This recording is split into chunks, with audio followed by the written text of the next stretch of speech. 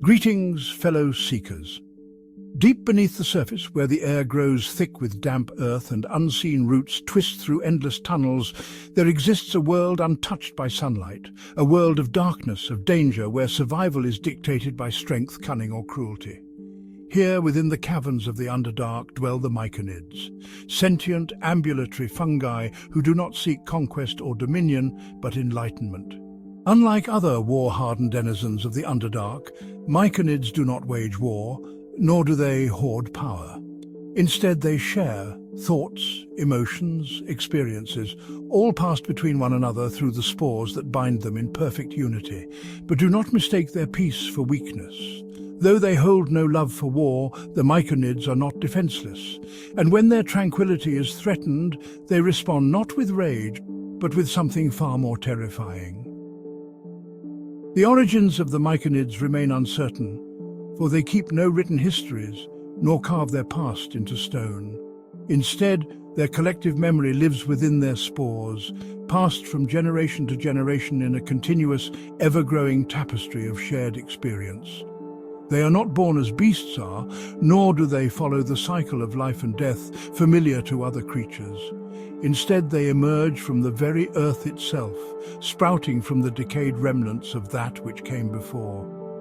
To a Myconid, death is not an end, but a necessary step toward renewal, a cycle they embrace without fear or grief. Myconids gather in communities known as circles, bound into a single consciousness through spores that share thoughts, emotions, and memories. To outsiders, this communal existence may seem alien, even unsettling.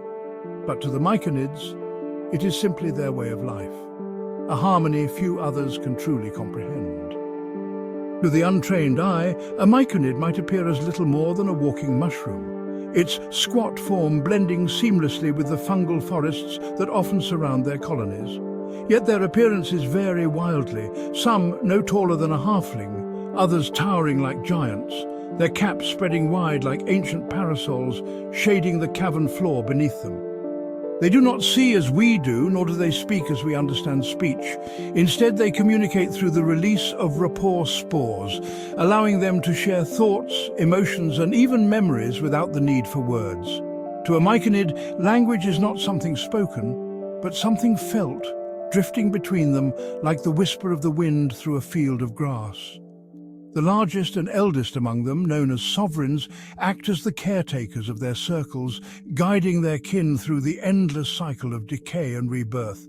Under their rule, Myconid colonies flourish, growing dense and labyrinthine, their fungal networks stretching for miles beneath the ground. But among their many spores, not all bring enlightenment. Some bring something far darker. Unlike the warlike races of the Underdark, Myconids do not kill out of malice or hunger. They do not wage war for territory, nor do they hunt for sport. Yet, when threatened, they are far from helpless. With but a breath, they release a cloud of pacifying spores, capable of lulling their enemies into a deep, dreamless stupor. In an instant, the battlefield stills, warriors dropping their blades, their minds numbed by the Myconid's influence. What happens next depends entirely on the circle. Some Myconids use this power to escape, retreating deeper into their caverns. Others ensure that those who disturb their peace do not leave at all.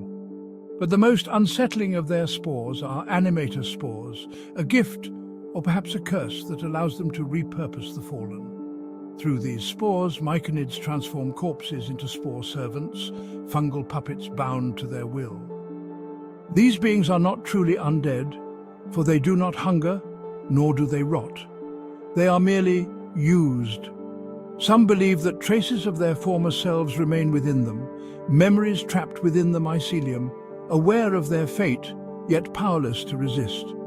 Whether this is a form of mercy or something far darker is a question only the Myconids can answer. There are few stories of Myconids venturing beyond the comforting shadows of their subterranean homes, fewer still of them ever raising arms in violence. Yet whispers linger, tales told by those who wander deep into forgotten caverns, their words shaped by memory, imagination, or perhaps something more. One such tale tells of the Circle of Whispering Moss, a hidden colony said to lie beneath the roots of an ancient forest. Travelers speak of caverns there, filled with drifting motes of spores that shimmer like stars in darkness. Those who stumble upon the circle report hearing gentle whispers, a chorus of many minds, memories shared freely with outsiders. Yet not all memories are pleasant. Travelers speak of visions granted by these spores, glimpses of tragedy, loss, and renewal. It is said those who emerge from this encounter carry with them a deep, unshakable sense of peace, but also a haunting awareness of the fragility of life. Another tale speaks of the hollow circle. A colony once vibrant and flourishing suddenly vanished without trace. Explorers who later discovered the empty caverns found no sign of struggle, only silence and a lingering scent of rot. In time, these chambers blossomed anew, fertile with strange fungi never before seen. Some claim the circle chose a different path, willingly dissolving their physical forms to become something else entirely, perhaps ascending to a state beyond mortal comprehension. And then there is the curious tale of the Circle of Echoes, hidden deep beneath ancient forgotten ruins. Travelers who stumbled upon this isolated colony speak of encountering a strange phenomenon, their own memories reflected back to them by the spores drifting in the cavern air.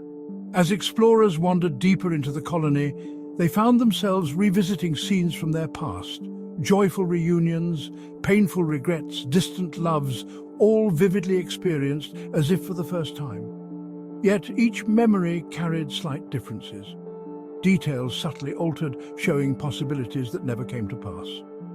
Whether these spores granted insight, warnings, or merely reflected the travelers' own minds remains unknown. What became of those who lingered too long is uncertain. Some say they lost themselves entirely, forever reliving echoes of their past, unable or unwilling to return to reality. Others believe the Myconids were merely trying to understand the visitors, their spores innocently replicating the strongest thoughts and feelings they found within the minds of outsiders. Either way, the Circle of Echoes remains a poignant reminder of the strange and unknowable power these peaceful fungi hold. Their simple curiosity sometimes leading to outcomes beyond even their own understanding. The Myconids are not conquerors, they are not destroyers. They do not carve their names into the annals of history, nor do they seek to shape the world in their image. Instead, they endure. They grow in silence, in darkness, in the forgotten corners of the world, spreading their spores and weaving their communities far from the grasp of those who would seek to destroy them. They know that all things in time must decay. But from that decay, new life will always rise. And thus we close this entry in the archives of the Seekers Society. If you've enjoyed this brief introduction to the Myconids, make sure to like this video and subscribe to the channel. If you have encountered these strange and silent beings, share your knowledge in the comments below. And if there is another mystery you would like us to uncover next, please let us know. Until next time, Seekers, may your path always lead to discovery.